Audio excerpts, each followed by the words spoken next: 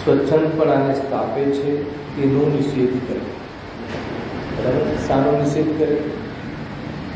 જો વ્યવહારનો નિષેધ પરમાર્થ તરીકે કરવાનો, પણ અહીંયા કહે છે કે કોઈ વ્યવહાર કાર્યોને ઉથાપી વ્યવહારનો વ્યવહાર તરીકે કોઈ નિષેધ કરે,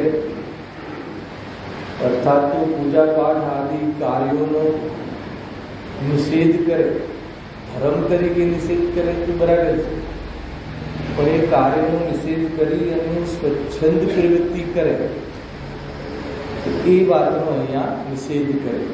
કુલ મળીને જેટલા બી 4-5 સાધનો દ્વારા ચર્ચા કરવામાં આવી એમાં મુખ્ય અહીંયા લોજિક રહ્યું, કન્સેપ્ટ રહ્યું કે જે પણ કોઈ બાહ્ય કાર્યો છે, બાહ્ય સાધન છે, ધાર્મિક કાર્યો છે, એનાથી ધર્મ માનવાનો નિષેધ કરે એ તો બરાબર છે, એનાથી ધર્મ માને એ તો ખોટી વાત છે.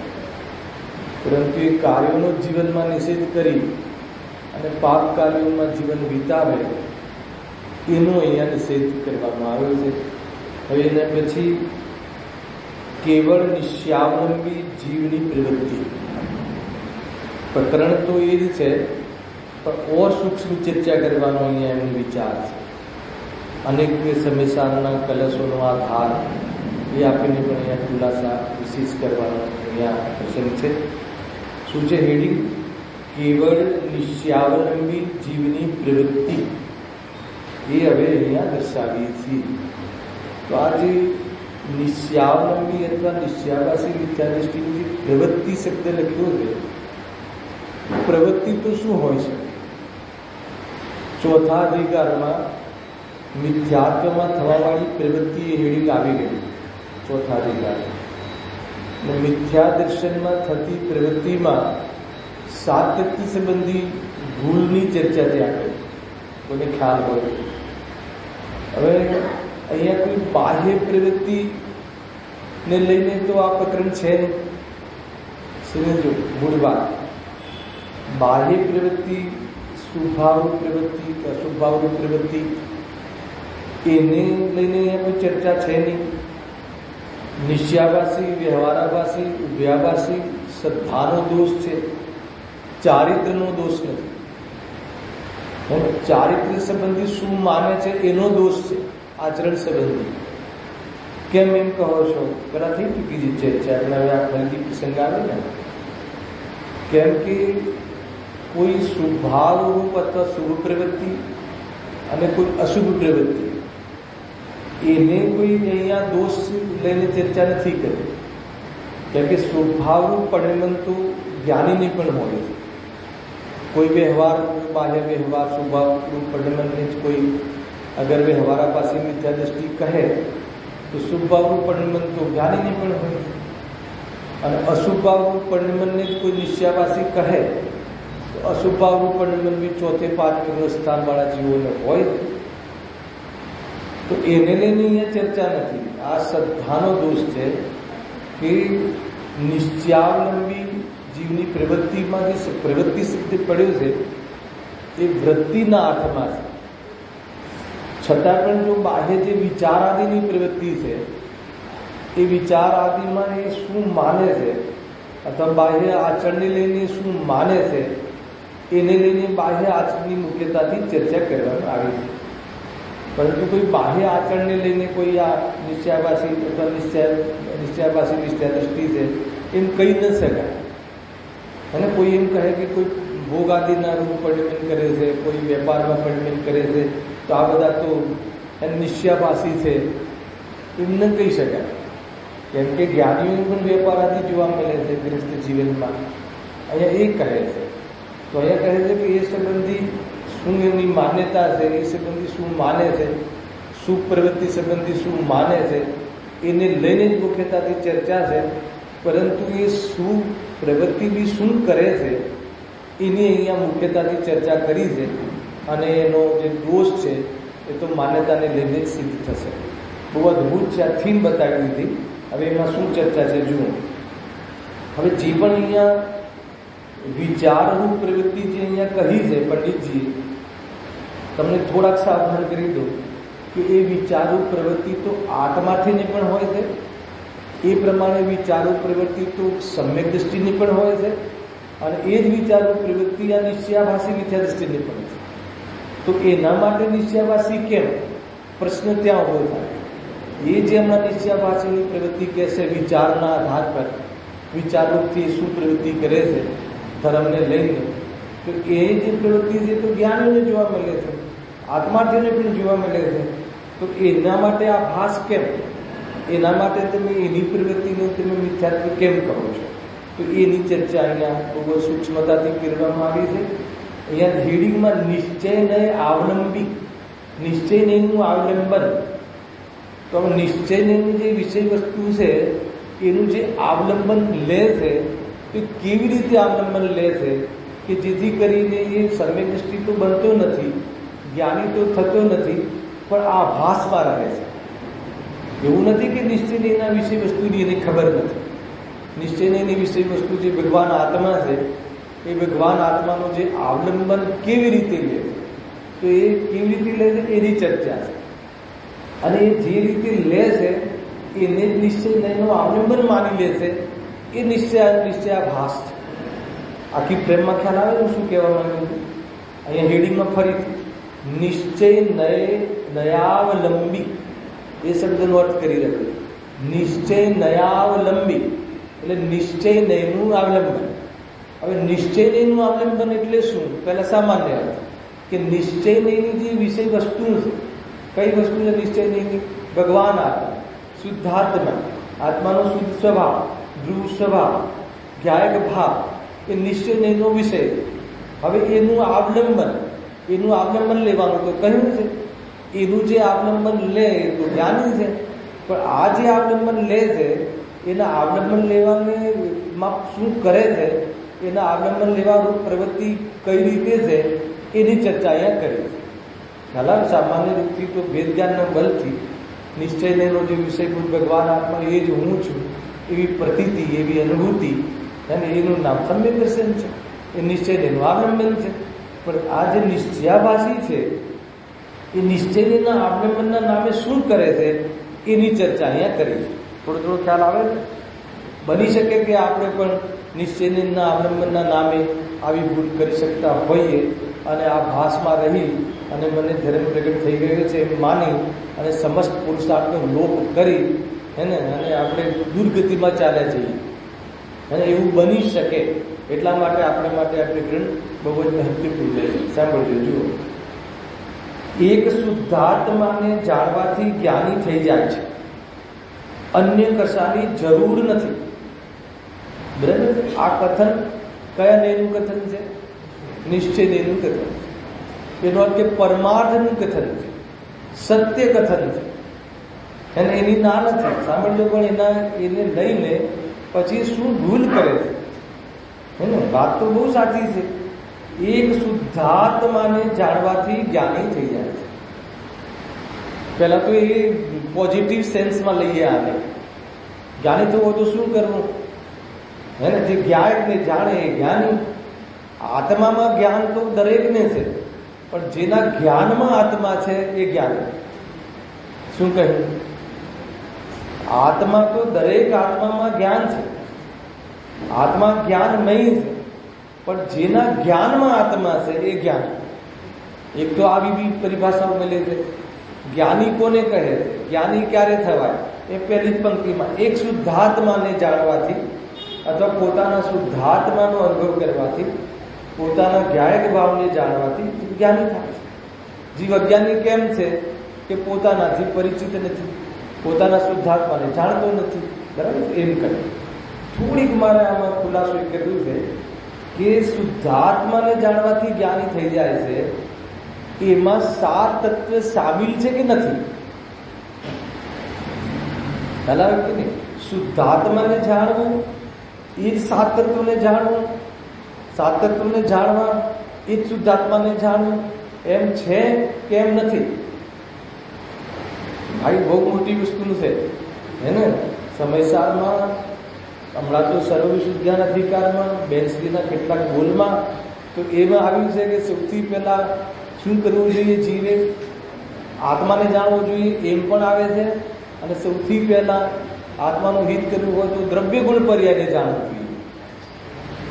હા, એ સિમી ગાથામાં તો કહે છે કે જે અર્યંત ભગવાનને જાણે છે, હે ને, અને એ જ પોતાના આત્માને જાણે છે અને નિશ્ચિતથી જ આત્માને જાણે છે, તો એનો મોક્ષ છે પ્રાપ્ત થાય છે. હવે અર્યંતને જાણવામાં શું કન્ડિશન કરી? જે અર્યંત ભગવાનને દ્રવ્યત્વ ગુણત્વ પર્યાત્વપણે જાણે છે અને પછી પોતાના દ્રવ્યત્વ ગુણત્વ પર્યાયને જાણે છે, હે ને, એનો મોક્ષ છે ને પ્રાપ્ત થાય છે. કોઈ જગ્યાએ તો દ્રવ્ય ગુણ પર્યાયને જાણવાનું કહ્યું, કોઈ જગ્યાએ આત્માને જાણવાનું કહ્યું, કોઈ જગ્યાએ 7 આત્માને 7 તત્વોને જાણવાનું કહ્યું. બરાબર કે નહીં? તો આ બધી એક જ વાત છે. શુદ્ધાત્માને જાણો કે 6 દ્રવ્ય અને 7 તત્વ બધું લઈ લો. 7 તત્વોને જાણો એ એક જ વાત છે. તમને આ લાગે છે કે નથી લાગતું? એક આત્માને જાણવું એનો અર્થ શું? કે દેહથી ભિન્ન જાણવું. તો એ અજીવને જાણવું ભિન્ન તરીકે. શું કામ જાણવું? તો કે અનાદિથી અમે એક માનતા હતા, એક માનવું એ મિથ્યાત્વ રૂપી આશ્રય છે, તો એ મિથ્યાત્વ રૂપી આશ્રયને પણ જાણ્યું. એક માનવું એ મિથ્યાત્વ છે, તો એક માનવાનું છોડી દીધું. દેહને આત્માને એક માનવાનું છોડી દીધું. સંવર, બરાબર, એમાં બધું સામેલ છે. એક આત્માને જાણવું એમાં 7 તત્વ આવી જાય છે. અચ્છા, એક આત્માને જાણી લીધું, એને દેહથી ભિન્ન જાણી લીધું, પછી શું કરવાનું? તો તેમાં લીન રહેવાનું, નિદ્રા તત્વ. પછી શું કરવાનું? કાયમ એમાં સ્થાયી થઈ જવું, ઉપયોગનું મોક્ષ તત્વ. તો શુદ્ધાત્માને આ રીતે જાણવાનું છે. આપણે કેવી રીતે જાણીએ છીએ શુદ્ધાત્માને? આપણે પણ રીતે જાણીએ છીએ શુદ્ધ છે, ધ્રુવ છે, પરિપૂર્ણ છે, જ્ઞાનમય છે, દેહથી ભિન્ન છે. પણ આપણે જે જાણીએ છીએ કેવી રીતે જાણીએ છીએ? એનો આધાર આગમ છે, એનો આધાર વિકલ્પ છે, એનો આધાર અનુભૂતિ નથી. અહીં એ બાજુ લઈ જવા વાળા છે થોડાક જ સમયમાં. હવે બરાબર સાંભળજો, ક્યાં ભૂલ થઈ રહી છે આપણી. જો એક શુદ્ધાત્માને જાણવાથી જ્ઞાની થઈ જાય છે, અન્ય કશાની જરૂર નથી. એક આત્માને જાણ્યો તો અનંતને જાણ્યો. હલા, એક આત્માને જાણવું તો એને બધું જાણવું. હલા, એને સ્વને જાણવું, એને પરને પણ જાણવું. સ્વ અને પર, પરથી ભિન્ન સ્વને જાણવું, સ્વથી ભિન્ન પરને જાણવું, એનો અર્થ એને બધું જાણવું. મોક્ષ માર્ગમાં સુખી થવાના ઉપાયમાં આટલું જ જાણવું જરૂરી છે.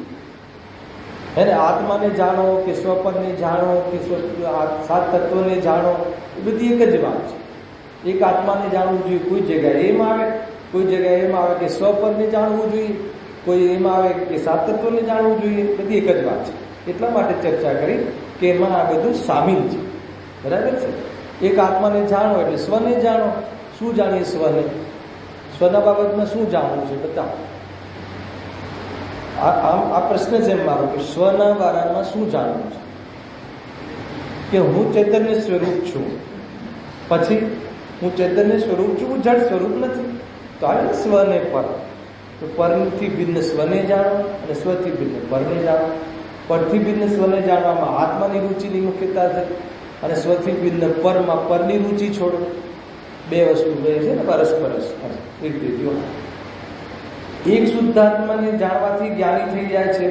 અન્ય કશાની જરૂર નથી, અન્ય કોઈ બી વસ્તુની જાણવાની જરૂર નથી. એક આત્માને જાણી, એક આત્માને ચૈતન્ય સ્વરૂપ છે એવું જાણી લે. હવે અહીંયા આગળ મેન અહીંયાનો ટોપિક ચાલુ થાય છે. એવું જાણી એટલે એવું આગમ દ્વારા જાણી, એવું સમજી. હવે સાંભળી લો, કોઈ વેળા એકાંતમાં બેસી ધ્યાન મુદ્રા ધારી હું સર્વ કર્મ ઉપાધિથી રહિત સિદ્ધ સમાન આત્મા છું ઇત્યાદિ વિચાર વડે, અત્યારે એટલું જ રાખો, બાકી હાઈડ રાખો, ઇત્યાદિ વિચાર કરે છે. આવું કોણ કરે છે? કોણ કરે છે? આવું જ્ઞાની પણ કરે છે, હે ને, આત્માથી પણ કરે છે અને નિશ્ચયભાષી પણ કરે છે. અહીંયા સુધી તો કોમન ફેક્ટર છે. અને અહીંયા કહ્યું ને, હું સર્વ કર્મ ઉપાધિથી રહિત અબદ્ધ શ્રેષ્ઠ સિદ્ધ સમાન છું, કર્મથી રહિત છું. ક્યારે? ત્રણેય કાળે. હાલ ત્રણેય કાળે હું કર્મથી રહિત છું. હાલ પણ, હાલ આપણે કર્મ સહિત છીએ કે કર્મ રહિત છીએ? શું નિર્ણય છે આપણો? હાલ આપણે રાગ રહિત છીએ કે રાગ સહિત છીએ? કોઈએ જવાબ આપવો જોઈએ. તો મને એમ લાગે કે બરાબર ચાલી રહ્યું છે. હે, તમારો શું નિર્ણય છે?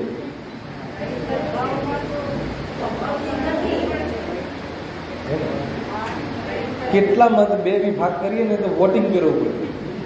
કોઈ કહે કે નહીં રાગ રહિત છીએ, અને આજે તો બહુ જબરજસ્ત જ્યારે અધ્યાત્મની મુખ્યતાથી આવે છે ને ગુરુદેવસિંહ, રાગ તો આત્માની ચીજ જ નથી. એ કયા આત્માની વાત છે? શુદ્ધાત્માની વાત છે, અસલ આત્માની વાત છે, આપણે સ્વરૂપની વાત છે. અને રાગ સહિત એ કયા આત્માની વાત છે?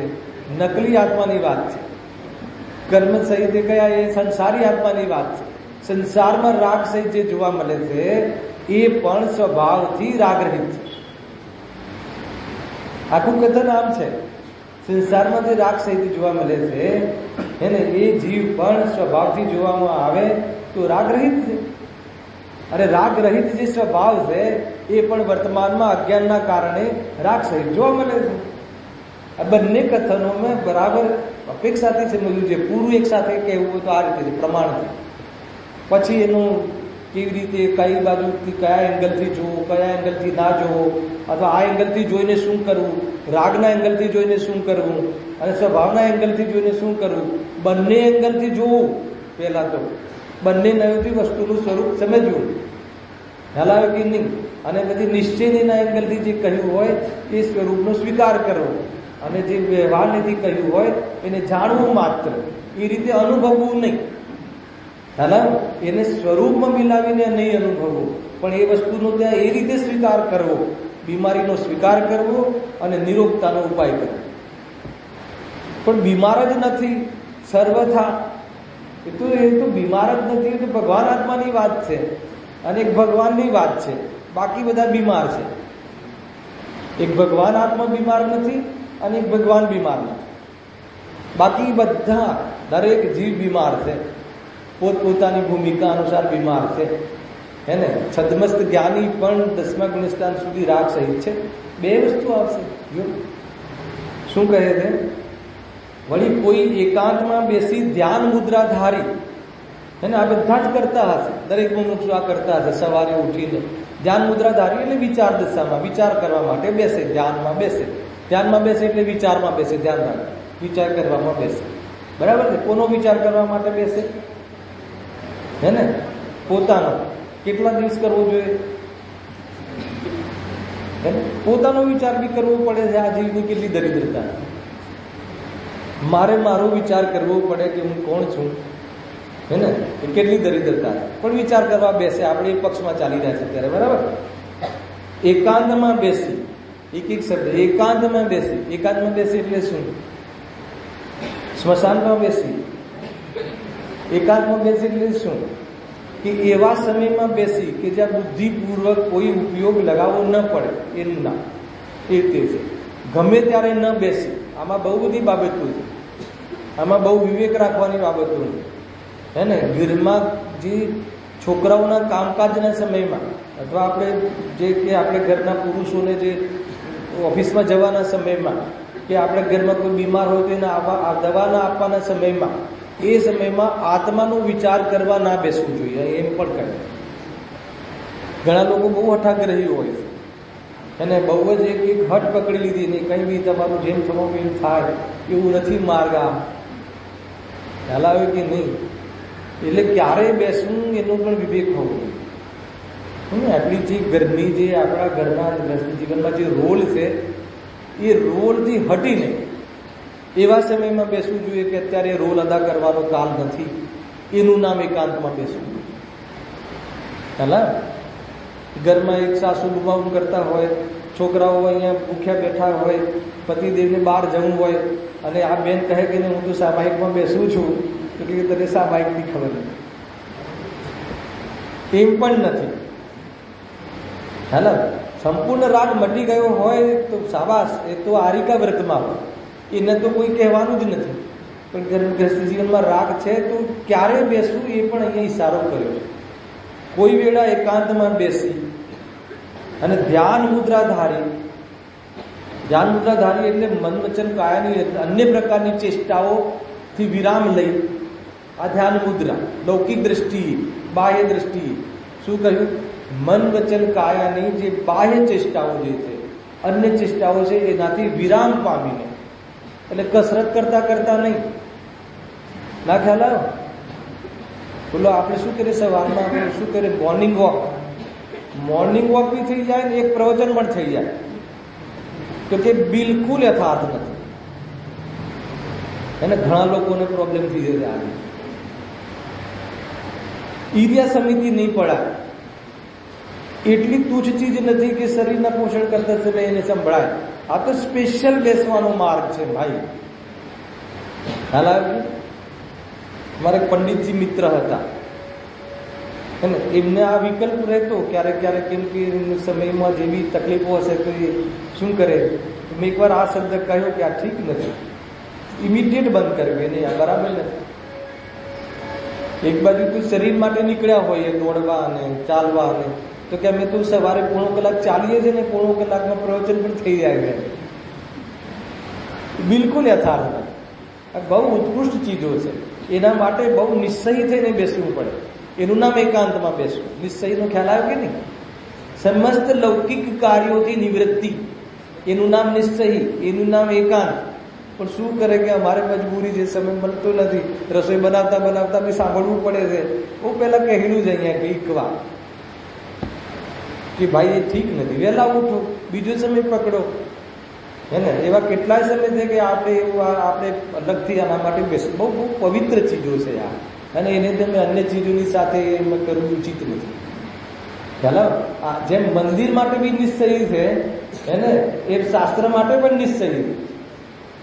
તમે તમારી બુદ્ધિપૂર્વક બધી ચીજો ફોન બધા આવવાના છે, બધાને ટાઈમ આપી દીધા હોય કે નહીં આટલા વાગે તમે ફોન કરજો, અને પછી તમે સામાયિકમાં કે તમે તત્વચિંતન કરવા બેસો તો કેટલું થશે? ઉપયોગ રહેશે ને? ફોન આવ્યો કે ના આવ્યો, હજુ ના આવ્યો, હવે કયું ચિંતન થશે? એ કયું ધ્યાન થશે? ખ્યાલ આવે કે નહીં? વિચાર કરવા જોઈએ. અહીંયા કોઈ ધ્યાન એટલે જે ધર્મ ધ્યાન કે શુદ્ધોપયોગનું ધ્યાનના પૂર્વનું ધ્યાન છે. એટલે એ પણ બાહ્યમાં જે પણ લૌકિક પ્રવૃત્તિ એમાંથી નિશ્ચય નિવૃત્તિ લઈ અને બાકાયદા એકાંતમાં બેસવું જોઈએ. એ ધ્યાન મુદ્રા છે. એને એટલે કોઈ કાયાની પણ કોઈ ચેષ્ટા નહીં, વાણીનો કોઈ વ્યવહાર નહીં, અને મનનો માત્ર તત્વ અભ્યાસ સાથેનો વ્યવહાર, એનું નામ બાહ્યમાં ધ્યાન મુદ્રા. મનને પણ એવો વિષય ત્યાં બીજો ન આપવો જોઈએ કે શું થયું હશે, 5 કલાક પછી જવાનું છે, ના વિચારો અત્યારમાં ના હોવા જોઈએ. એટલા માટે એવી રીતે બેસવું કે એ વસ્તુ નિર્ણય કરીને કે એ તો 10 વાગે વિચારવાનું છે, છોડો અત્યારે વિચારીને શું ફાયદો છે? જે 10 વાગે વિચારવાનું છે અત્યારે શું? તો અત્યારે એવી જ પ્રકારે બેસવું, એનું નામ ધ્યાન મુદ્રા. સામાન્ય નથી ભાઈ. હજુ તો કોઈ નિશ્ચયાભાસ કે આ આત્માથી છે કે સમ્યક દ્રષ્ટિ જેની ચર્ચા નથી કરી. તો પૂર્વમાં આ પ્રમાણેનું એને બેસવું છે. બહુ સામાન્ય વસ્તુ નથી, એને રસ્તામાં પડેલી વસ્તુ નથી કે એમ બોલતા બોલતા ચાલતા હાલતા એને હું ગાયક છું એનું સ્મરણ કરીને મળી જશે એવા ધોખામાં નહીં રહેતા. હે આમાં બહુ બધી પવિત્રતા, માનસિક અંદરમાં મનની બહુ પવિત્રતા, પરિણામોની બહુ તૈયારી, બહુ ગરજ, અને એના વગર આ કાર્ય નહીં થાય. એ પ્રકારેનું એ તો ઠીક છે, એ તો શેડ્યુલ છે. પછી તો કે આપણે હે ને 1 કલાક આ કરી લેવાનું, એમની પૂરી ગરજથી બેસવું. એટલે બીજી કોઈ ચીજ માટે ગમેલી કરોડોની મેટર હોય તો પણ કોઈ મતલબ નથી. એવી ગરજ વગર જ્યારે બેસે છે તો એને અહીંયા કહે છે કે ધ્યાન મુદ્રા, એટલી તૈયારી મન વચન કાયાની અન્યથા ચેષ્ટાઓથી વિરામ પામીને, નિશ્ચય પામીને જે માત્ર માત્ર માત્ર શુદ્ધાત્માના નિશ્ચયના વિષયભૂત ભગવાન આત્માના વિચારો કરવા બેસે છે. હે ને વિચાર કરવા શું કામ બેસે છે? નિર્ણય કરવા માટે વિચાર કરવા બેસે છે. વેદજ્ઞાન કરવા માટે, વેદજ્ઞાનની દ્રઢતા માટે પોતાના સ્વરૂપનો વિચાર કરવા બેસે છે. મારું સ્વરૂપ શું છે ને હું ક્યાં અટકાયો છું એનું સમાધાન કરવા બેસે છે.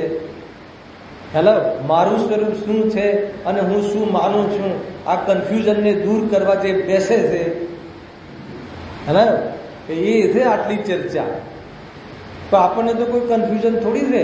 નક્કી છે સવારે આ બોલવું, આ વિચારવું અને આ વિચારવું અને સંતુષ્ટ થઈ જવું. સવારમાં 47 શક્તિનો ક્રમ છે. ગુરુદેવશ્રી પણ વિચાર કરતા હતા અને બુક પણ છપાઈ ગઈ છે. તો 47 શક્તિનો વિચાર કરવો, કે કોઈ સ્ક્રિપ્ટેડ મેટર નથી. આ કોઈ જ્ઞાની ક્યાંથી વિચાર ઉઠાવે છે એની કોપી કરવાનો માર્ગ નથી. આ તમે ધ્યાન રાખજો.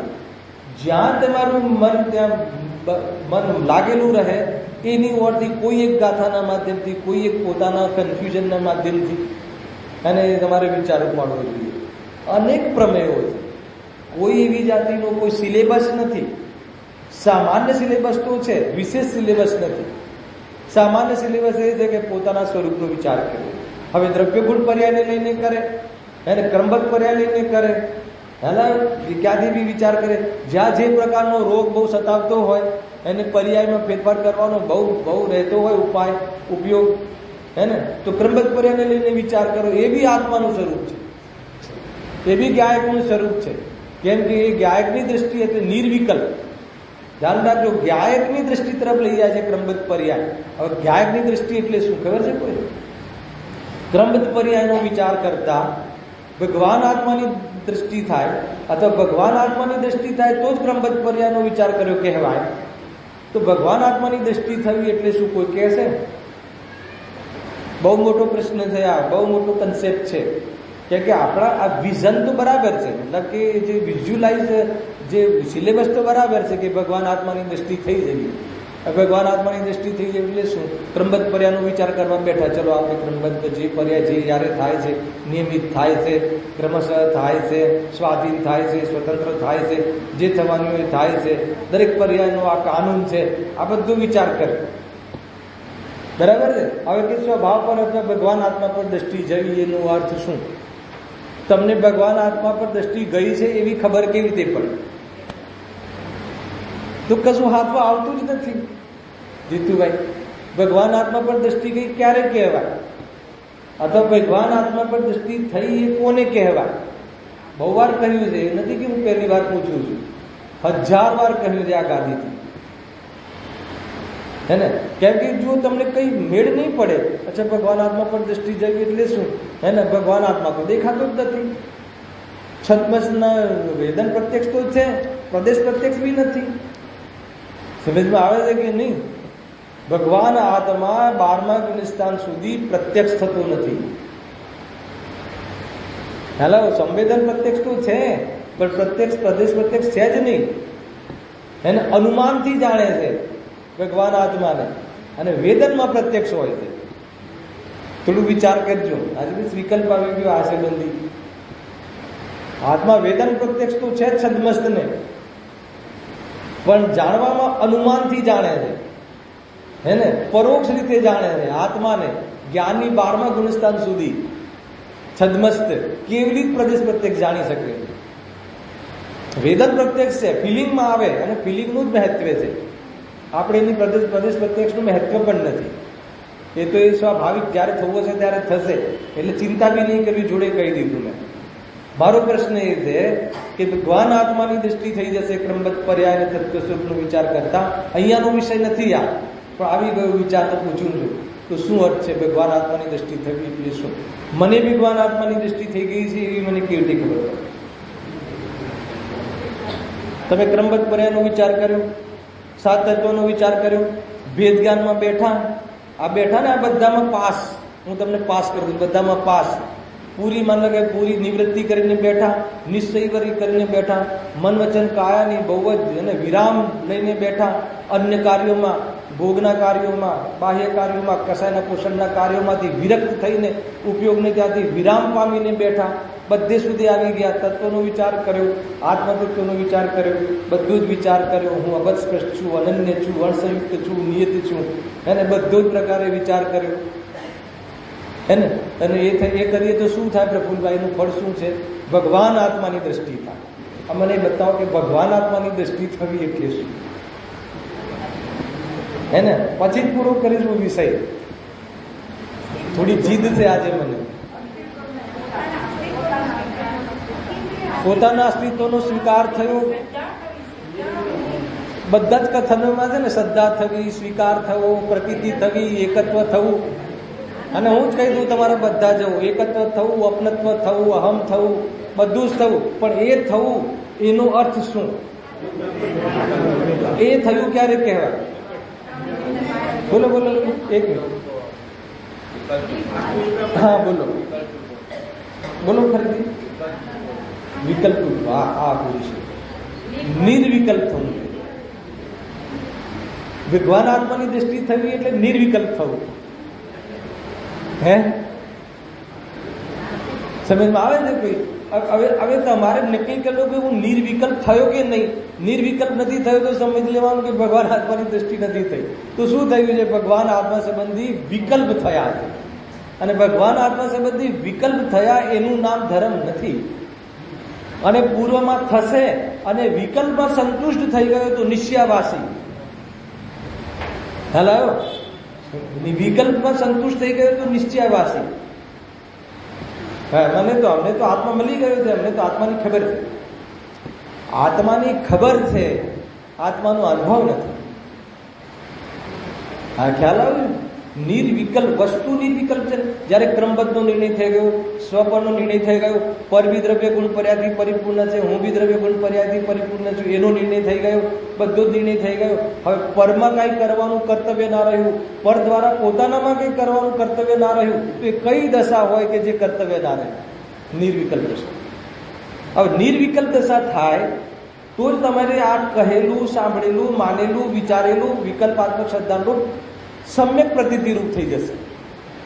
હાલ પછી પ્રતીતિ નિરંતર રહે છે. પછી જે તમે કહ્યું ને નિરંતર વર્તાય છે, પછી ઉપયોગ પાછો તૂટી અને રાગ આદિમાં વર્તે છે, તો પણ એની પ્રતીતિ સળંગ ચાલ્યા રાખે છે. ખ્યાલ આવ્યો કે નહીં? આ કન્સેપ્ટ છે. એટલે કોઈને એવો ભ્રમ થઈ ગયો હોય ને કે ભાઈ અમને તો આત્માની દ્રષ્ટિ, કે આત્માના વિશેષણ બહુ ખબર છે જીવની, અને વિશેષણનું ચિંતન પણ બહુ કરે છે. અહીંયા લખ્યું છે આગળ, થોડીક વારમાં વાંચું છું. આ બહુ કનેક્ટિવિટીનું આ જે છે વિષય. હવે આપણે આવતા શનિવારે લેશું ને એટલે ભારી પડે. આ તો કન્ટિન્યુટીનો વિષય છે, સામાન્ય વિષય નથી. હવે તમારે પોતે કરી લેવી કન્ટિન્યુટી. એમ એ રીતે જો હું સર્વ કર્મ ઉપાધિથી રહિત સિદ્ધ સમાન આત્મા છું ઇત્યાદિ વિચાર વડે શું કરે છે? તે સંતુષ્ટ થાય છે. સંતુષ્ટ થઈ જાય છે, ભ્રમ થઈ જાય છે કે મને આત્મા મળી ગયો. આત્માના નિશ્ચયના અવલંબનના નામે એ નિશ્ચયની વિષય વસ્તુના વિચારથી સંતુષ્ટ થાય છે. ખરેખર એ નિશ્ચયનું અવલંબન નથી. નિશ્ચયનું અવલંબન તો એ વિષય વસ્તુનું, એ ભગવાન આત્માનું નિર્વિકલ્પ થઈને પ્રતીતિ કરે, ત્યારે એને વાસ્તવમાં નિશ્ચયનું અવલંબન કહેવાય. જ્યારે હું ભગવાન આત્મા છું, જ્ઞાતા દ્રષ્ટા છું, જાણું મારું કાર્ય છે, કરવું મારું કાર્ય નથી પેરમાં, તો એકવાર જ્ઞાતા દ્રષ્ટા રહીને, કરવાના ભાવથી રહિત થઈને, કસાય રહિત થઈને, જાણવાનું પરિણમે, જાણે પણ કસાય ન કરે એ પોઝિશનમાં જ્યાં સુધી એક વાર ન આવે અંતર્વ્રત કાલમાં, ત્યાં સુધી એને ભગવાન આત્માનો અનુભવ નથી. સમજમાં આવે છે કે નહીં? તો એના પહેલા શું છે? એના પહેલા એનો વિચાર વિમર્શ છે, અને હોય જ છે, પણ એ વિચાર વિમર્શમાં જ ભ્રમ કરી લે, સંતુષ્ટ થઈ જાય તો કે નિશ્ચયાવાસ. હજુ અલ્પ વિરામ છે, એનું ભાવભાષણ કરાવ્યું છે. સાંભળજો, બહુ અહીંયાના પ્રકરણ પ્રમાણે ભાવભાષણ કરાવ્યું. આ મેં તમને જનરલ ચર્ચા કરી, હવે સાંભળો. પણ એ વિશેષણ, કયું વિશેષણ? હું સિદ્ધ સમાન છું, હું અબંધ છું, જેવા સિદ્ધ ભગવાન છે એવો મારો સ્વભાવ છે. કેવા છે સિદ્ધ ભગવાન? કેવા છે સિદ્ધ ભગવાન? બહુ ભારે પ્રશ્ન છે. હજુ ચિંતનના વિષય બી તો ક્લિયર હોવા જોઈએ ને. બતાવો સિદ્ધ ભગવાન કેવા છે. અરે બહુ પ્રચલિત વ્યાખ્યા છે, દ્રવ્ય કર્મ, ભાવ કર્મ, નો કર્મ. હા, હવે યાદ આવી ગયું. તો કોઈ કહે ત્યારે તો યાદ આવે છે સિદ્ધ ભગવાનનું સ્વરૂપ. અશરીરી છે એટલે નો કર્મથી રહિત છે. હેલા, શરીર નો કર્મ, અને શરીર જ નથી તો શરીરના કારણભૂત કોણ છે? દ્રવ્ય કર્મ અને ભાવ કર્મ. દ્રવ્ય કર્મ નિમિત્ત રૂપથી અને ભાવ કર્મ ઉપાદાન રૂપથી. શરીર મળવાનું, શરીર ન ઉપજવાનું કારણ કોણ છે? શુભાશુભ ભાવ, પાપ પુણ્ય ભાવ. એને દેવનું શરીર મળવામાં શુભ ભાવ નિમિત્ત, નરક આદિનું શરીર મળવામાં અશુભ ભાવ નિમિત્ત છે કે નહીં? તો કે એ બી કારણ નથી. તો શરીર મળવાનું ઉપાદાન કારણ, અને દ્રવ્ય કર્મ આદિ, આયુ કર્મ આદિ નિમિત્ત કર્મ, નિમિત્ત કારણ એ પણ નથી, અને એના ફળ સ્વરૂપ જે શરીર મળે છે એ પણ નથી. તો પછી શું છે? એકલો આત્મા છે. અશરીરી એ રીતે એકલો આત્મા, અને ઉપયોગમાં એકલો આત્મા એટલે બધું જ જાણે પણ રાગ દ્વેષ ન કરે. ઉપયોગમાં પણ એકલો આત્મા. આપણા ઉપયોગમાં કેટલો આત્મા છે? એકલો છે કે બે વસ્તુ છે?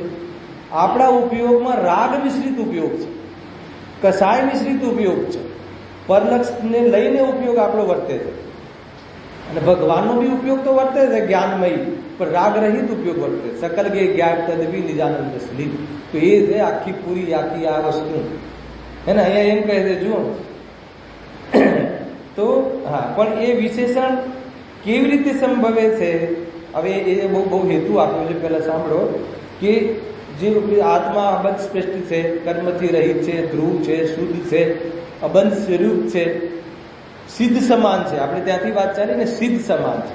જેવા સિદ્ધ ભગવાન છે એવો મારો સ્વભાવ છે. બરાબર છે? હવે જો એનું એને બતાવે છે કેવી રીતે નિશ્ચયાભાસ થાય છે અને કેવી રીતે નિશ્ચયાભાસ ટળે છે. પણ એ વિશેષણ કેવી રીતે સંભવિત છે તેનો વિચાર નથી. એનો શું અર્થ આગળ આવી ગયેલું છે. એ વિશેષણ, કયું વિશેષણ? હું અબંધ સ્વરૂપે છું, હું અશરીરી છું, હું કર્મથી રહિત છું, સર્વ કર્મ ઉપાધિથી રહિત છું. એ વિશેષણ કેવી રીતે સંભવે છે? કોણે આપણને એ વિશેષણ કેવી રીતે સંભવે છે એ પૂછ્યું છે. એ વિશેષણ કેવી રીતે સંભવિત છે?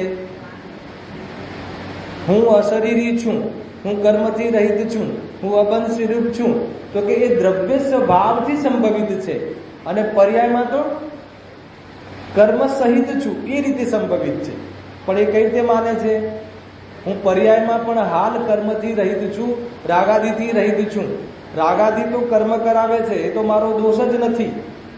હેલા, અને પહેલા તો રાગાદિ મારામાં છે જ નહીં, પર્યાયમાં પણ નથી એમ માને છે.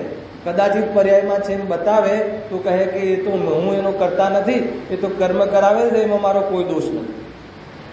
પર્યાયમાં દોષનો સ્વીકાર ન કરવો, હે ને? સ્વભાવનું નામ લઈ, ત્રિકાલ સ્વભાવનું નામ લઈ, નિશ્ચયના વિષય વસ્તુનું નામ લઈ, અને સ્વભાવમાં સ્વીકાર ન કરે અને અનુભવ કરે તો જ્ઞાની. પણ એ પર્યાયમાં પણ સ્વીકાર ન કરે બંધનને, રાગને, અને રાગના અભાવનો ઉપાય ના કરે. રાગના અભાવની વાત આવે તો કે રાગ મારામાં છે જ નહીં, પ્રમાદી બનીને રહે. રાગના અભાવની ચર્ચા કરવા માટે કોઈ શાસ્ત્ર સ્વાધ્યાય કરવાનું કહે તો કે શાસ્ત્રનું શું જરૂર છે? એને આત્માને શાસ્ત્ર વચ્ચે અત્યંત ભાવ છે એમ કહી અને પ્રમાદનું સેવન કરે તો નિશ્ચયાભાસ. થોડો ખ્યાલ આવે કે ના આવે? ગજબ છે ભાઈ. આ જુઓ વિશેષણ, એ બધા વિશેષણ એટલે હું સિદ્ધ સમાન છું એ વિશેષણ કેવી રીતે છે? સ્વભાવની વર્તી છે, દ્રવ્ય સ્વભાવની વર્તી છે. અને કેવી રીતે માને છે? પર્યાયમાં પણ વર્તમાનમાં પોતાને અબંધ માને છે. તો શું માનવું જોઈએ? સ્વભાવથી બંધ સ્વરૂપ છું, પણ જરીકા પર્યાયમાં બંધન છે, રાગદ્વેષ મારા છે. અચ્છા, રાગદ્વેષ છે એનો સ્વીકાર કર્યો ક્યારે કહેવાય? કે એના અભાવનો ઉપાય કરતો દેખાય, તો એનું પોષણ કરતો ન દેખાય. એક લોજિક સમજજો, કે તમારે પ્રશ્ન કરવો જોઈએ કે ઠીક છે સ્વભાવથી તો માની લીધું, પણ પર્યાયમાં એ છે એવું માન્યું ક્યારે કહેવાય? પર્યાયમાં રાગાદી છે માન્યું ક્યારે કહેવાય પ્રફુલભાઈ? સ્વભાવમાં તો રાગાદી છે જ નહીં. જેમ સિદ્ધોને પર્યાયમાં નથી એવું મારા સ્વભાવમાં નથી, પણ પર્યાયમાં રાગાદી છે માનવું જોઈએ. પંડિતજી એમ કહે છે કે આ જે વિશેષણ છે એ રીતે સંભવિત છે કે સ્વભાવમાં નથી અને પર્યાયમાં છે. તો પર્યાયમાં રાગાદી છે એવું માન્યું ક્યારે કહેવાય? હે નહીં, એ તો બરાબર છે, પણ પર્યાયમાં રાગાદી છે, સ્વભાવનું નક્કી કર્યું, ચલો સ્વભાવમાં છે નહીં પણ પર્યાયમાં છે એવું માન્યું, એવું હું માનું છું ક્યારે કહેવાય? એને દોષ તરીકે માને, એનું પોષણ કરવાના કાર્યોમાં ના જોવા મળે. ખ્યાલ આવ્યો? એ કેવી રીતે વિરક્ત રહેવા એવા કાર્યોમાં જોવા મળે. કુલ મળીને એને ઘટાડવાના કાર્યોમાં જોવા મળે. આગળથી કનેક્ટ કર્યો, એના ઘટાડવાના કાર્ય એટલે નિયમ લે, વ્રત લે, એને મર્યાદામાં લાવે અને પછી શુદ્ધોપયોગ અર્થાત તો આત્મામાં લીન થઈ અને આ ભાવ કરવાનો ઉપાય કરતો દેખાવો જોઈએ.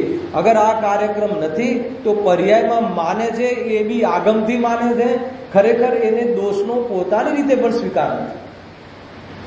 હલાવ્યો કે નહીં? અચ્છા, આપણને આગમથી માનીએ છીએ કે આપણને રાગદ્વેષ કોણ કરાવે? આગમમાં શું કહ્યું છે? આગમમાં એમ કહ્યું છે કે રાગદ્વેષ જીવ સ્વયં અજ્ઞાનને લઈને અને ભેદ જ્ઞાનના અભાવમાં સ્વયં કરે છે, પોતાની ભૂલ છે. આ આપણે માનીએ છીએ કે નથી માનતા? કે આગમથી માનીએ છીએ. કેમ કે એવો એક બી સમય નથી જતો કે આપણને જે રાગદ્વેષ થાય છે એને બીજાનું કારણ ના માનીએ. બીજાના પર મને આ ક્રોધ આવ્યો, આ છોકરાએ મસ્તી કરી એટલે આ આજે પણ એમ જ માનીએ છીએ. અરે આ તો હું એના પર આશા રાખું છું કે શાંત બેસે, એ ઘરમાં ચૂપચાપ પૂતળાવત બેસે અથવા ભગવાનની જેમ બેસે, વિતરાગી થઈને રહે તો મને રાગ ના થાય. શું કહ્યું? મારા આજુબાજુ કુટુંબીજનો બધા વિતરાગી થઈ જાય તો પછી મારો રાગ મટે. તો કે એવી તો તારી ધારણા છે. હવે તમને આનું ભાવાસર કદાચ નહીં થઈ ગયું. થયું તમને ભાવાસર? ચેતનભાઈ, આપણે એવું ઈચ્છીએ છીએ ને કે ભાઈ આ છોકરાઓ જરા બી ધમાલ ના કરે, કોઈ જાતિનો કોઈ અપશબ્દ ના બોલે, કોઈ ના કરે તો જ પછી મને દ્વેષ ના થાય ને હું વિતરાગી થઈ જાઉં. તો કે તું રાહ જોતો રહેજે, ક્યારે નહીં થાય. હલાવે કે નહીં? તો કે તું સ્વયં એનું પરિણમન તારી ઈચ્છા અનુસાર ચાહે છે, એ ભૂલ તારી. એનું પરિણમન એના પ્રમાણે જ થાય છે. અરે એની ઈચ્છા અનુસાર બી એનું પરિણમન નથી થતું. એનું પરિણમન બી થવા લાયક જ થાય. આપણી ઈચ્છા અનુસાર તો છોડી દો, પણ સામેવાળા જીવનું પણ એનું પરિણમન બી એની ઈચ્છા અનુસાર નથી થતું. એનું પરિણમન બી એની પર્યાયની યોગ્યતા અનુસાર થાય. હેલો, તો એમ સમજ્યા ક્યારે કહેવાય? એમ સમજી અને દોષ પોતાનો માને અને એને ઘટાડવા અર્થે પહેલા ઘટાડે એટલે એવા વિષયોનું પોષણ થતું હોય ત્યાં ન રહે, ઉપયોગને ન લગાવે તો આને પર્યાયમાં પણ રાગનો સ્વીકાર કર્યો એમ કહેવાય. અગર જો એ પોષણના કાર્યોમાં જોવા મળે તો એ રાગનો સ્વીકાર કઈ રીતે કર્યો છે? એને દોષ તરીકે નથી કર્યો. કઈ તરીકે કર્યો છે? ઉપાધિ તરીકે કર્યો. માની લો કે જે ચીજથી તમારું નુકસાન થતું હોય, જે તમારો રોગ વધારતું હોય, એ રોગ વધારતું હોય એને દૂર કરવાનો ઉપાય કરે કે એનું પોષણ કરવાનો ઉપાય કરે? લોજિક શું છે? દૂર કરવાનો ઉપાય કરે. પણ માની લો કે આપણે રાગાદીને પોષણ કરવાનો ઉપાય કરીએ, એનો અર્થ કે એને રોગ નથી માન્યું. શું માન્યું છે? બતાવો, શું માન્યું છે? ગુણ માન્યું છે. હવે ગુણ માન્યું છે તો એના મટાડવાનો ઉપાય કરતા નથી. એટલે પર્યાયમાં રાગરૂપી દોષ છે કે જે સ્વભાવમાં ત્રણે કાળે નથી. એ બે વાત એની ખોટી છે, બે વાત માત્ર આગમથી વિચારી છે, ખરેખર એને ભાવવાસન નથી. અહીંયા કહ્યું ને, વિશેષણ કેવી રીતે સંભવિત છે તેનો વિચાર તેને નથી, એટલે એને ભાવ વાસન નથી. એને કેવી રીતે એ આત્મા શુદ્ધ છે એ ખબર નથી. આત્મા શુદ્ધ છે એની આગમથી ખબર છે, એની જાણકારી આગમથી છે, પણ હું કેવી રીતે શુદ્ધ છું, સ્વભાવથી શુદ્ધ છું, પર્યાયમાં અશુદ્ધતા હોવા છતાં પણ શુદ્ધ મારો આત્મા એવો નથી થઈ ગયો એટલો કોન્ફિડન્ટ, અને પર્યાયમાં અશુદ્ધતા છે એનો અશુદ્ધતા તરીકે સ્વીકાર, અર્થાત તો એના ભાવ કરવાનો ઉપાય, બાહ્ય સાધન દ્વારા, અંતરંગ ઉપાય અંતરંગ સાધન દ્વારા. શું કહ્યું? ના ખ્યાલ આવ્યો કોઈને? બહુ બહુ મજાનો વિષય છે. બાહ્ય ઉપાય ને અંતરંગ ઉપાય બંને હોવો જોઈએ એક સાથે. બાહ્ય ઉપાય કેવી રીતે? બાહ્ય સાધન દ્વારા. બાહ્ય સાધન શું છે? સ્વાધ્યાય આદિ, તત્વ વિચાર આદિ. તત્વ વિચાર કરી, તત્વ વિચારમાં ઉપયોગ રાખે અને બાહ્યના વિષયોમાં પોષણ કરવાનું બંધ કરે. સૌથી પહેલા પોષણ કરવાનું બંધ કરે. પોષણ કરવાનું બંધ કરે એટલે ખુશી ખુશી બહારના ભોગ ભોગવવાનું બંધ કરે. શું કહ્યું મેં? ભોગ ભોગવવાનું બંધ કરે એમ કહ્યું કે ખુશી ખુશી ભોગવવાનું બંધ કરે કહ્યું. ગુરુદેવશ્રી આજે આને બી એક વાત છેડી હતી, હે ને? કોઈ કહે કે ભાઈ અમે બહારના કાર્યો આસક્તિ વગર કરીએ તો કે સંભવ જ નથી, તો મિથ્યાત્વ છે. તું આસક્તિ તને બાહ્ય કાર્ય તું કરે છે તો આસક્તિનો તો સ્વીકાર કર કે હજુ મને આસક્તિ છે. કે આને અધ્યાત્મ વાંચી લીધું છે ને, આત્મામાં તો આસક્તિ છે જ નહીં. હાલો, અને બહારનું કાર્ય તો કરતો જ નથી, તો પછી આ આસક્તિ છે એનું શું? તો કે તો મારી છે જ નહીં. વાત તો બહુ સત્ય છે. એમ કરીને તું પોષણ કરે તો તારી વાત ખોટી, વાત સાચી પણ અભિપ્રાય ખોટો. શું કહ્યું? આસક્તિ તારી નથી એ વાત તો સાચી, હેને? પણ તું એનો અભાવ કરવાનો ઉપાય ન કરે અને પોષણ કરે તો તારો અભિપ્રાય આસક્તિ આત્મામાં નથી એ કહેવાનો અભિપ્રાય પોષણ હોય. તો કે આત્મામાં નથી એ વાત તારી ભલે સાચી હોય પણ તારો અભિપ્રાય, તારો ઈરાદો ખોટો હોવાના કારણે તું કોણ છે? નિશ્ચયાવાસી મિથ્યા છે. થોડો ખ્યાલ આવે? જીતુભાઈ ભારે પડે છે, હે ને? વાતમાં સમજાય છે પણ સમજવામાં ભારે પડે, સ્વીકારવામાં ભારે પડે. સોરી, સમજવામાં તો ભારે નથી પણ સ્વીકારવામાં ભારે છે. સમજવામાં તો તમે આનાથી બી બહુ મોટી મોટી વાતો કરો, ખુલાસા કરી નાખીશું અમે પણ સ્વીકારવામાં એમાં કે ભારે છે. એ થોડું રહેવાતું. હમણાં બહુ સરસ વાત ચાલે છે. આપણે તો ભગવાન આત્મા છીએ, ન ખાય ન પીવે, હે ને? ન અડે ન કોઈને કંઈક કરે, હે ને? વસ્તુ તો એ જ છે પણ એ તો સ્વરૂપ તો એવું છે. પણ પર્યાયની અંદર તમે એ તરફનું લક્ષ છે, રાગ છે, વિકલ્પ છે, તો એના માટે તે કંઈ વિચાર્યું? અને આત્માની રુચિ થઈ હોય, રાગની રુચિ મટી હોય તો રાગની રુચિ મટાડવાનો કોઈ ઉપાય કર્યો? તો કહે છે કે તને હું ભગવાન આત્મા છું, સિદ્ધ સમાન છું, એનું ભાવ વાસન નથી. અગર જો તું રાગ મટાડવાનો, કેમ કે આત્માની રુચિ થવી એટલે રાગની રુચિ મટવી, બે એક જ વસ્તુ છે અસ્થિ નાસ્તિથી, હે ને? આત્માની રુચિ થવી એનો અર્થ શું? કોઈ બી કાળે રાગ ન રૂચે, કોઈ બી કાળે રાગ મને ઉપયોગી ના લાગે, કોઈ બી કાળે કોઈ બી રાગ મને એમાં પ્રયોજન પાસિત ન થાય, તો પછી એ રાગનું પોષણ મટાડવા, જે રાગ છે તો એ રાગ મટાડવા માટે પોષણ મટાડવાનો કોઈ એને સ્ટાર્ટિંગ, કોઈ શરૂઆત, કોઈ એજન્ડા રાખ્યો છે કે નથી રાખ્યો લિસ્ટમાં? કે નહીં સાહેબ, એ તો બધું બરાબર ચાલે છે કેમ કે આત્મા તો છે જ નહીં, અને બધું બરાબર, એ તો પોષણ ચાલે છે. તો કે તને ખબર નથી, તને આત્માની ખબર નથી અને તને રાગની ખબર નથી, કાંઈ જ ખબર નથી. નિશ્ચયના અવલંબનના નામે, નિશ્ચયની વિષય વસ્તુની જાણકારીના નામે તું આટલું મોટું આત્માનું અહિત કરે છે એ તને ખ્યાલ નથી. થોડું ખ્યાલ આવે છે ભાઈ? બહુ. એટલે મેં કહ્યું ને કે હવે આગળથી થોડી સૂક્ષ્મ વાત ચર્ચા થશે. આવી પ્રવૃત્તિ રહે છે કોની? નિશ્ચયાવાસી, નિશ્ચયાવલંબનની પ્રવૃત્તિ શું છે? તો કે નિશ્ચયના અવલંબનના નામે હું સિદ્ધ સમાન છું, સર્વ કર્મ ઉપાધિથી રહિત છું, એવા વિચારો કરી અને સંતુષ્ટ થઈ જાય તો એનો અર્થ પંડિતજી એમ કહે છે કે એને આ વિશેષણ જે એને વિચાર્યું, આત્માનું વિશેષણ જે વિચાર્યું, એ વિશેષણ કેવી રીતે સંભવિત છે, કેવી રીતે આત્મા માટે લાગુ પડે એનો એને વિચાર નથી. કેવી રીતે લાગુ પડે?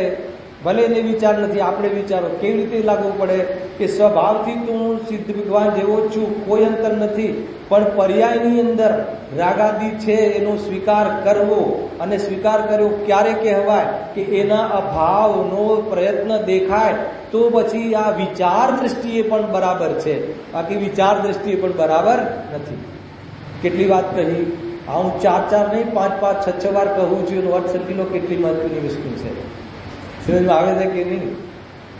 હું સિદ્ધ સમાન છું, હું કર્મ ઉપાધિથી રહિત છું, એવો જે વિચાર આત્મા સંબંધી, આત્માના વિશેષણ, આત્માનો આ સ્વભાવ, આત્માનું આ સ્વરૂપ, એનો વિચાર તો કરે પણ એનાથી સંતુષ્ટ થઈ જાય. એનો અર્થ શું કીધો? ફરીથી બોલું છું, સંતુષ્ટ થઈ જાય એનો અર્થ શું થઈ ગયો? એનો અર્થ એ કે અહીંયા કહ્યું છે કે આ વિશેષણ કેવી રીતે સંભવિત છે એ સંબંધી વિચાર ના કર્યો. હું સિદ્ધ સમાન છું 100% વાત, એ રીતે એનો વિચાર કરવો જોઈએ 100% વાત, પણ આ વિશેષણ મને કેવી રીતે લાગુ પડે બતાવો. કોઈ એક જણ કહેશે આ વિશેષણ કેવી રીતે લાગુ પડે? બોલતા નથી ફાવડતું કે ખબર નથી પડતી? બોલતા નથી ફાવતું, બોલતા નથી ફાવતું કે ખબર નથી પડતી? હે ને? આ વિશેષણ હું સિદ્ધ સમાન છું, હું સિદ્ધ ભગવાન જેવો જ છું, સ્વભાવમાં મારું એમના સિદ્ધ અવસ્થાને મારા સ્વભાવમાં કઈ અંતર નથી. પંડિતજી કહે છે કે આ વિશેષણ કેવી રીતે સંભવિત છે એનો વિચાર એ કરતો જ નથી, અને એ એટલા વિચારોથી જ સંતોષ પામી અને મારામાં રાગ નથી એમ માની એને રાગનું પોષણ કરે છે. એ તો એની વાત થઈ ગઈ. પણ આ વિશેષણ કેવી રીતે સંભવિત છે? તો કે સ્વભાવની રીતે તો એવો જ છું, પણ મારી પર્યાયમાં રાગાદી છે એનો સ્વીકાર કરવો, પહેલા તો એ રીતે સંભવિત છે. હવે એનું બાયફર્કેશન, વિશ્લેષણ, તો કે મારામાં રાગાદી છે, વર્તમાન પર્યાયમાં રાગાદી છે એવો સ્વીકાર કર્યો અથવા એનું ભાવ વાસન કર્યું, ક્યારે કહેવાય? આટલી વાત તો આને ખબર પડવી જ જોઈએ. મારી પર્યાયમાં રાગાદી ભાવ છે એનો સ્વીકાર અથવા છે એનું ભાવ વાસન કર્યું, ક્યારે કહેવાય?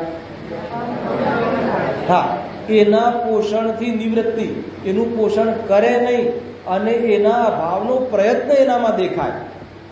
બરાબર છે? તો એને રાગનો સ્વીકાર દોષ તરીકે કર્યો, અને જો એના અભાવનો પ્રયત્ન ન કરે તો રાગનો તો સ્વીકાર કર્યો પણ ગુણ તરીકે કર્યો, ઉપાધિ તરીકે કર્યો. ખ્યાલ? એ ઉપાધિનું ભાવ ભાષણ આ રીતે છે. સમજમાં આવે છે? અચ્છા, હવે તમે કહો કે એ રાગના ભાવનો પ્રયત્ન કઈ રીતે કરવો? બે રીતે છે. એક તો સભામાં ડૂબી જઈને, સૌથી મોટો મેઇન તો આ જ છે ઉપાય. પણ સભામાં ડૂબાતું ના હોય તો શું કરવું? આપણે એ પોઝિશનમાં છીએ. અગર જો સભામાં ડૂબી જવાતું હોય અંતર્મુહૂર્તમાં આચાર્યોની જેમ, મુનિરાજોની જેમ, તો ઉપાય તો એ જ સાચો છે ને છેલ્લે ઉપાય તો એ જ કરવાનો છે. પણ એ ઉપાય તરફ પહોંચવા અર્થે પહેલા રાગાદીના ભાવના પ્રયત્નમાં શું કરવું? મર્યાદા લાવવી. બહુ સરસ. મર્યાદા બુદ્ધિપૂર્વક લાવવી. એટલે આગળનો કનેક્ટેડ છે ને, નિયમો કરવા. 1 કલાકના, 2 કલાકના, 4 કલાકના, 1 દિવસના, આ રીતે નિયમ કરવા કે આજે મારે બાકીનો કોઈ પ્રોગ્રામ નથી, ભલે મિત્રો બોલાવા આવે. થોડો કોન્ફિડન્ટ લેવલ તો જોઈ લો એકવાર. આપણને ખબર હોય ને કે આજે પ્રોગ્રામ છે મિત્રોનો, એ દિવસે નિયમ કરવા. Not joke. એ રીતે કહ્યું છે. આજે મળવાનું, જે આહાર મળવાની લાગે કે આજે એવી સંભાવના લાગે, એવા સમયે કઠોર ધારણ કરે મુનિરાજ. ન મળે એવું ધારણ કરે, કેમ કે પોતાના પરિણામોની કોન્ફિડન્ટ લેવલ તપાસ કરવી જોઈએ કે હું એમાં નમી જાઉં છું, એમાં ફસાઈ જાઉં છું, લપસી પડું છું કે નહીં, એ રીતે જોઉં કે નહીં, ખાલી એકલો આત્મા કરું છું કે થોડુંક એનું મને બલ પણ છે ગર્ભમાં, ગર્ભિત બલ, પ્રગટ બલ તો સમ્યક દ્રષ્ટિને હોય. હું એકલો આત્મા જ કરું છું પ્રવચનોમાં અને બસ વાતોમાં, કે પછી મને આત્માની રુચિનું બલ કે અન્ય જે રાગની રુચિ ફેલાવાળા પ્રસંગોમાંથી નિવૃત્ત રહેવામાં પણ બલ ચાલે છે કે નહીં, આત્માના બિહાફ પર. સમજમાં આવે છે કંઈ? ભાઈ બહુ કઠિન હશે પણ બહુ મજબૂત છે આ. નહીં તો બધું ચાલ્યા જ રાખે છે એમ તો નહીં. આત્મા કરતા રહું અને બાકીના બધા જ પ્રોગ્રામો એજીટી જ રાખવા. બોલો હવે સાંભળ્યું પ્રવચન આજે, હવે તો ક્યાં જવાનું છે?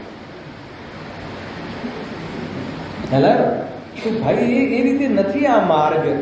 જ્યારે આત્માની રુચિ થઈ હોય ને, આપણે સંપૂર્ણ રાગને છોડવો છે અને છૂટી નથી શકતો.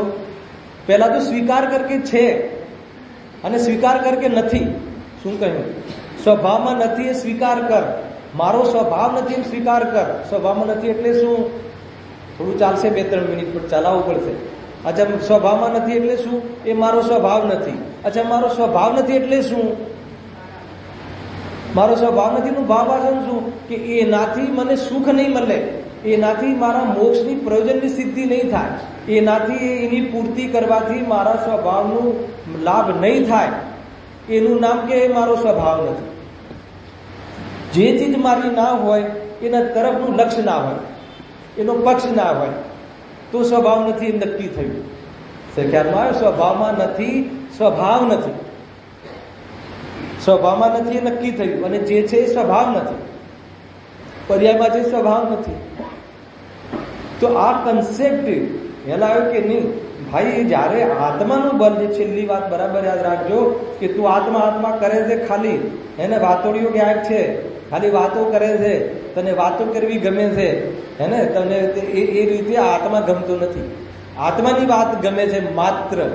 આત્મા ગમતો હોય અને આત્માની વાત પણ ગમે, પણ તને આત્મા નથી ગમતો, આત્માની વાત જ ગમે છે, એ કોટીમાં છે. કઈ રીતે કહો છો? કેમ કે આત્મા એટલે રાગ રહિત, આત્મા એટલે અશુદ્ધતા રહિત, આત્મા એટલે જ્ઞાન સહિત. ખ્યાલ આવ્યો કે નહીં? તો પછી જે રાગના કાર્યક્રમો છે એ કાર્યક્રમો તને હોશે હોશે કેમ કરે? તો પછી તને એ આત્મબલ આત્મા કહેતો હતો, તો અંદરમાં આત્મા તને રુચિ, જે ગર્ભસુખમાં આત્મા ગમે છે, એ વાતના બહારના કોઈ લક્ષણ તો દેખાવા જોઈએ ને, કે આને આ રાગ નથી ગમતો. કોઈને દેખાય કે ના દેખાય, પણ તને તો ખ્યાલમાં આવવું જોઈએ ને. તો કે તું તો રાગના પોષણના જબરજસ્ત પ્રોગ્રામો છે તારે તો, હે ને? અને એ બી આત્માના બી હાથ પર. આત્મામાં તો કાંઈ છે જ નહીં, એને તો કોઈ પ્રોબ્લેમ જ નથી. વાંધો નહીં, કર્યા રાખો, ક્યાં અમે આત્મામાં છે? અરે તને ખબર નથી કે તું શું બોલે છે. તને શુદ્ધાત્મા શુદ્ધ નૈના અવલંબનનો તને જરા પણ ઉપાય નથી. શુદ્ધ નૈના અવલંબનનો આભાસ છે. અચ્છા, શુદ્ધ નૈનાનું અવલંબન નથી તો પછી શું છે એને? હા, કોને? એને. ગજબ છે. તમે બધું બોલાવડાવો ને મોઢામાં આગળ નાખી. હે ભાઈ, ખરેખર વાતોમાં તો આવી ગયું છે, વાણીમાં તો આવી ગયું છે. હું તો એટલા સુધી કહી દઉં, થોડુંક આમ હે ને સોફ્ટ ભાષામાં, કે વિચારોમાં પણ આવી ગયું છે, પણ ભાવ ભાષામાં નથી. આજે શબ્દ લખ્યો ને એ વિશેષણ કેવી રીતે સંભવિત છે એનું ભાવ ભાષણ ના થયું. તો કે જીરો છે, જીરો છે. તો કે આ નિશ્ચય નૈના અવલંબનમાં શું હોય અને કેવી રીતે સંભવિત છે.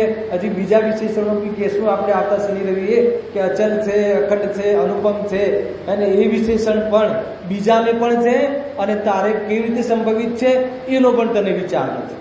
આગળની લીટી વાંચેલું છે કે એની અંદર. પછી આત્મા કેવો છે? અચલ છે, અખંડ છે, અનુપમ છે. તો આ બીજા જીવો અને બીજી વસ્તુઓ પણ અચલ અને અખંડ અનુપમ છે. એમાં બહુ મોટી તાકાત છે. હું એકલો અચલ છું, હું એકલો જ ગાયક છું, અને આ ગાયક અથવા આજે ગુરુદેવસિંહના તત્વને વિરોધી ધારાવાળા ગાયક નથી. તને આજે સાચા તત્વોના વિરોધી એ ભાવનો તો વિરોધ હોય, પણ એ વિરોધી કરાવવા વાળા જીવો, વિરોધી જીવો છે, એ તને ગાયક લાગે છે? તો કે તું અચલનું વિશેષણ તને બરાબર ખબર છે. ના ખ્યાલ આવ્યો? હું અચલ છું, હું ધ્રુવ છું, હું ગાયક છું. તો આ જે ગુરુદેવશ્રીનો વિરોધ કરે છે, એના તત્વનો જે વિરોધ કરે છે, એ ભાવનો તો વિરોધ છે મને, એ વિરોધી ભાવનો તો વિરોધ છે મને, પણ એ જે વિરોધ કરે છે એ વ્યક્તિ પણ ગાયક છે, એ સ્વીકાર છે. ભૂલ છે પણ ભગવાન છે, સ્વીકાર છે. તો અચલ તે પરમાં પણ અચલ આ રીતે ઘટે છે, પરમાં બી અખંડ આ રીતે ઘટે છે. હરાવે કે નહીં? હું ખોલીશ આ વિષયને. અને પોતાના અચલ અને અખંડ અને જે અનુપમ કેવી રીતે ઘટે છે એનો પણ વિચાર કરતો નથી. માત્ર આગમના આધાર ઉપર વિચારની કોટીમાં એક જગ્યાએ ખૂણામાં બેસી અને 15 મિનિટ, 20 મિનિટ, 25 મિનિટ જે એની પાસે હોય, એટલે ધંધામાંથી કાઢી હોય, હે ને, બહુ મજબૂરીથી કાઢી હોય, કમને કાઢી હોય, એમાં વિચાર કરી લે. અને વિચાર કરીને એમ કરી લે કે આપણે તો નિશ્ચય નહીં, આપણે બી છીએ, આપણે તો રાગથી કોઈ મતલબ નથી. તો કે પર્યાયમાં રાગનો અભાવ કરવા માટે અને જ્ઞાનીઓ કેવું કરે છે તેને ખ્યાલ નથી. એની ચર્ચા આગળ ખૂબ આવવાવાળી છે. નેક્સ્ટ શનિ રવિ આનો ખુલાસો કરે. સહજાનંદી શુદ્ધ સ્વરૂપ